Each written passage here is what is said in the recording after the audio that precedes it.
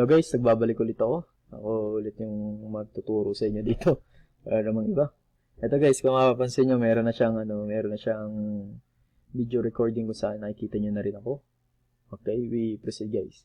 An act of leaving from jail or an inmate through unofficial or in legal ways or without any legal order from the authorities or jail escape na tinatawag natin guys.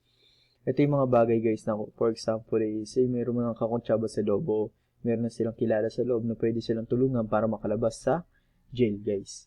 Pero ito guys, wala tong legal order from the authorities. Kung wala tong mga pirma, wala tong pinagbasihan, kumbaga nakalabas sila nang wala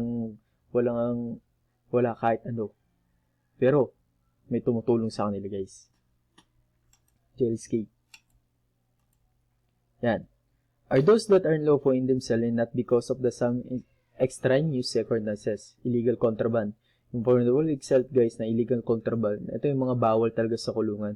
May higpit na pinagbabawal sa kulungan kaya hindi basta-basta nakakalusot sa kulungan. Yan.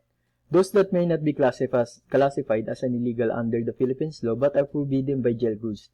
Ito guys, kinaklasify ng Philippine laws natin o yung batas natin na hindi talaga illegal. Pero pagdating sa kulungan guys, kasi may tinatawag tayong rules and regulation na kailangan sundin ng mga inmate. Kaya hindi basta-basta na masasabing ito pwede, ito bawal, di ba?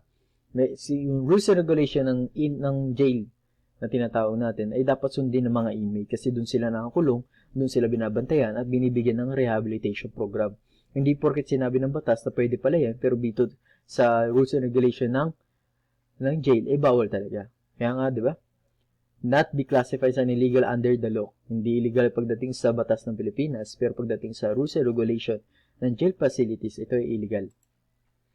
Those inmates who committed crimes involving sex, including rape, molestation, pedophilia, sexual harassment, and pornography production or distribution, sex offenders. Ito mga guys, yung mga kaso ay rape, kaso ay molestation, pedophilia. Pedophilia guys ay yung panghahalay sa mas bata sa iyo. Yung sakit din yan guys, kung nabalikan nyo yung topic nyo na human behavior, isa sa mga sakit yan. Okay, proceed. Admission of inmate. She will be temporarily housed at the inmate classification and counseling unit at the ICCU. In jails wherein it's available, the inmate shall stay at the ICCU for a minimum period of 30 days, but not exceeding 60 days. Or until the completion of the classification process. Ito guys, dito sa admission of inmate, syempre, bago nila kunin yan o tanggapin yan sa kulungan, ay magkakaroon sila ng ICCU. Magkaiba rin to guys pagdating sa Bureau of Correction. Kung natatandaan ko is RDC or IDS yun, o Reception Diagnostic Center, yun sa kanila. Pero doon naman 60 days talaga guys. Talagang i-quarantine sila, parang quarantine measure o briefing kung ano ba talaga yung bago sila ma-admit dito sa kulungan na tinatawag, bago sila tuluyang i-admit. Dito sa iba GMP guys, meron silang ICCU. Yan guys. 30 days daw, pero hindi lalagpas ng 60 days. Until the completion classification process yan. Hanggang sa matapos nila yung completion para dito sa area na to. Yan, sample question. The blank at the ICCU shall conduct in-depth interview with the newly admitted inmate, an interview that consider the inmate is from birth up to the present, including his her familial, educational, social, vocational, and other issues that has an impact of his her personality. Ito yung jail social worker natin guys. Ito yung mga nag-aaral talaga, in-interview sila mula nung pinanganak sila, kung ano ba yung estado ng buhay nila sa labas, kung ano ba yung mga educational background nila, kung mahilig ba silang maisalumuha sa kapwa, ganyan yung, yan, si jail social worker, yan yung trabaho niya. In-depth interview guys, siya yung nagkakandak. He or she checked the credential of the person, bringing the inmate, the committing officer, to determine his/her identity and authority. Gator. Siya yung guys, pagdating ng pagpasok pala ng inmate, lahat yan, i-check niya yung credentials, kung sino ba yung dinadagtan, sino ba yung committing officer na nagdala, o PNP ba, o NBI. Yan, check niya lahat yan bago niya papasukin sa loob. Reception procedure. A decent humane program of confinement starts with the systematic reception of inmates for commitment to the BJP jail facilities. Yan guys. Siyempre naman, sa lahat naman ng bagay, meron tayong procedure na tinatawag bago ito tanggapin o bago kung hindi man siya tanggapin, kailangan talagang systematic lahat. Kumbaga sunod-sunod, step-by-step procedure. Hindi yung basta-basta tatanggap lang sila na kung ito, may kaso to na murder, kukunin lang agad nila na walang kahit anong papeles, mayayari din naman sila. Diyan sila mababalikan. Kaya nga lahat ng pumapasok sa kanila ay kailangan dumaan sa procedure. Kahit mga opisyal pa to ng gobyerno guys na kailangan talaga dumaan sa tamang procedure para pagdating ng panahon at oras hindi sila basta-basta balikan kasi meron silang pinanghahawakan. Okay guys. Gator, he or she check the credential of the person being the inmate. The committing officer to determine his and her identity authority. Also, he or she review the completeness of the following documents before the person being an inmate. The committing officer is allowed to enter the facility. The documents mentioned earlier referred to ito yung mga check ni Gator guys bago niya papasukin. Siyempre, yung commitment order, yung pagbasa ng sakdal. Medical certificate, recent medical certificate taken within 24 hours prior to admission guys. Why? Kailangan nila ng medical certificate guys bago nila tanggapin yung isang inmate. Kasi, kung may sakit o meron na palang tama na bugbog na pala sa labas, tapos tinanggap nila yung walang medical certificates within 24 hours prior guys bagong-bago talaga dapat. Kasi ayaw nila mabalikan kasi for example, nabugbog na pala sa labas, pagdating sa loob, iniinda na pala lahat ng sakit, doon pa natuluyan, mababalikan lahat ng jail officer na nagpa-facilitate o nagbibigay ng procedure sa oras ito. Complaint information, police booking sheet, certificate of detention from PNP and or NBI. Yan yung mga hinahanap ni Gator bago papasukin lahat ng inmate na i-admit dito sa kulungan. Additionally, the creator shall subject the person to be committed in his/her escort for search and inspection as prescribed. Finally, he or she, Gator, refers the person to be committed in his/her escort to the records unit. Yan. Pagkatapos si Gator guys, ipapasa ni Gator to kay records unit kasi magkakaroon na ng magkakaroon na lahat ng documents na chinek ni Gator, dito naman si records unit titingnan yung authenticity o yung kung original ba lahat to, kung tama ba lahat. Yan, tingnan natin. This unit examine the completeness and authenticity of the requirements for commitment order, booking sheet, arrest report, and for information before it refers the inmate for physical examination by the health unit. Yan guys.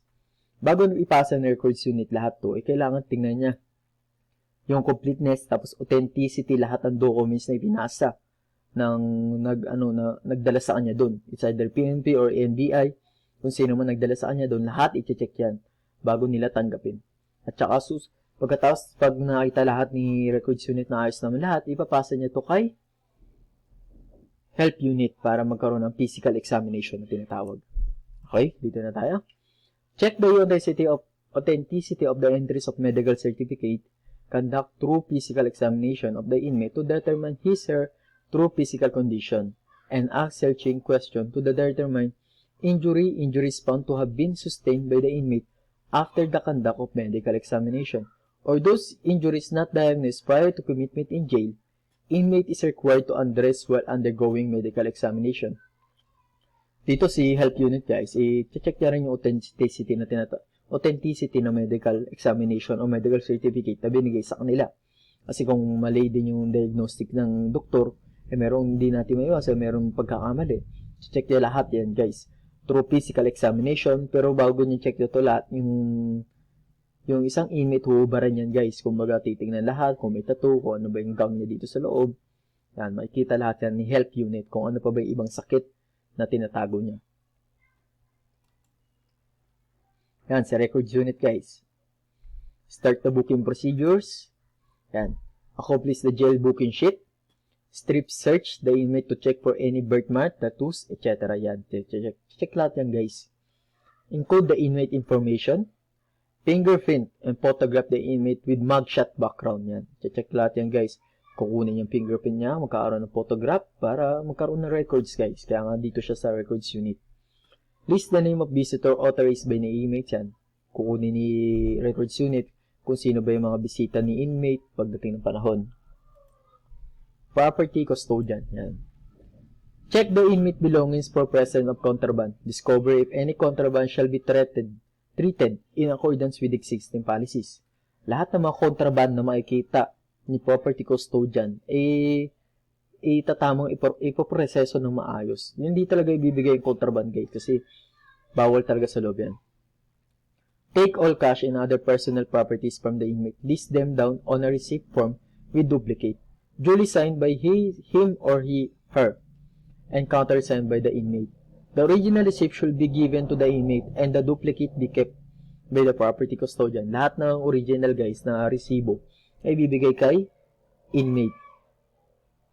Tapos pagdating ng panahon na guys na gusto niya nang kunin o meron siyang authorized person na i-turn over, ito, nandito yun guys. Keep all cash and other valuables of the inmate in a safety vault. Said cash and valuable may be turned over to any person authorized by the inmate. Dapat may authorization letter ni inmate o approval niya na binibigyan niya lahat ng pera niya, lahat ng kagamitan niya na nakay property custodian bago i-turn over ni property custodian dun sa authorized person. Refers the inmate to the desk officer. Yan. Re-refers niya kay property custodian. Yan. Re-refers niya na kay desk officer. Kung mapansin nyo guys, sunod-sunod yung proseso natin dito ha. Books the newly committed inmate in the jail blotter. Assign the inmate to a reception area. If anywhere she shall be scheduled for orientation on jail rules and regulation. And shall undergo risk assessment and classification, evaluation, and conduct further medical evaluation. Screening by the medical officer. Yan guys. Siyempre, lahat dito kay desk officer, talaga magkakaroon ng proper orientation. I-schedule lahat yan guys. Tapos assessment kung saan ba nabibilang yung inmate na to, sa medium ba, sa maximum ba, sa minimum ba. Yan, dyan siya ilalagay. Para magkaroon ng tamang procedure na tinatawag natin. Sample question. Yan. Who orients the newly committed inmates on jail rules and regulation using the inmate orientation sheet? Sino ba ang nagkakandak na ito guys? Ito ay si Assistant Warden or Officer of the Day. Si Assistant Warden guys, yun yung pangalawa, di ba? Yung second of command pagdating sa jail. Assistant Warden or Officer of the Day orients the newly committed inmates on jail rules and regulation using the inmate orientation sheets. Jail Warden, yan guys. Coordinates with concerned agencies regarding the case of inmate for speedy disposition and to furnish them with copies of the available needed documents. The jail warden shall see to it that all concerned agencies and persons will be informed of the commitment of the inmate in his/her jail by submitting a written report. Lahat ng bagay guys, lahat ng mga papeles, dokumento na kailangan ng mga subordinate niya, kailangan dumaan muna kay jail warden. Bibigyan niya to ng approval kung tama ba to o hindi. Kung hindi, tapos yung mga inmate guys, dapat lahat ng mga subordinate niya mag-submit ng written report kung ano ba yung mga nangyayari sa kanila. Yan, si jail warden, siya yung pinakamataas dito sa pagdating sa kulungan. Sa mga jail district, sa provincial jail, yung mga yan, sila jail warden. Sample question. There shall be blank, secured in a place accessible only to jail personnel for use in the event of an emergency. This key shall be marked for an easy identification during adverse condition. Note: never allow the jail personnel to open inmates' quarters alone. At least one other jail officer should be present and guarding the gate. Yan, diba guys? Tama nga naman, huwag mong iiwanan yung isang prisoner na magbukas-bukas lang ng quarters niya ng sarili niya. Kailangan nandun pa rin, may body-body system na tinatawag, nandun pa rin yung kasama niya para bantayan yung gate. Kasi magkakaroon ng dito guys, jail escape, diba? Mahirap na, makasuhan pa sila na administration ba yan? Yan, there shall be blank. Ano to guys? Ito ay one full set of duplicate keys. Yan. Dapat magkaroon sila ng tamang organizing of filing ng kanilang mga keys. Kasi pagdating ng emergency na pangyayari, kailangan alam na kagad nila kung saan nila kukunin to. Hindi na sila maghahanap pa. Ito, nandito lang pala to. Ayun yung mga one full set of duplicate keys na meron kanya-kanyang tagging guys, identification. Ay, ito pala para dito, ito hindi. Sample question. Shall be utilized to determine the level of violence risk the inmate possess, either external or internal. This will help in the proper classification and segregation of inmates in the design of specific development plans. Yan guys. Risk assessment. Yan. Siyempre, pag-aaralan nila yung inmate kung ano ba yung penalty, ano ba yung kaso niya, magkakaroon ng yan guys, nagkakaroon ng segregation. Siyempre, hindi mo naman pwede isama yung bata sa matanda, yung babae sa lalaki. Kasi, baka magkaroon pa ng hindi magandang pangyayari. Kaya proper classification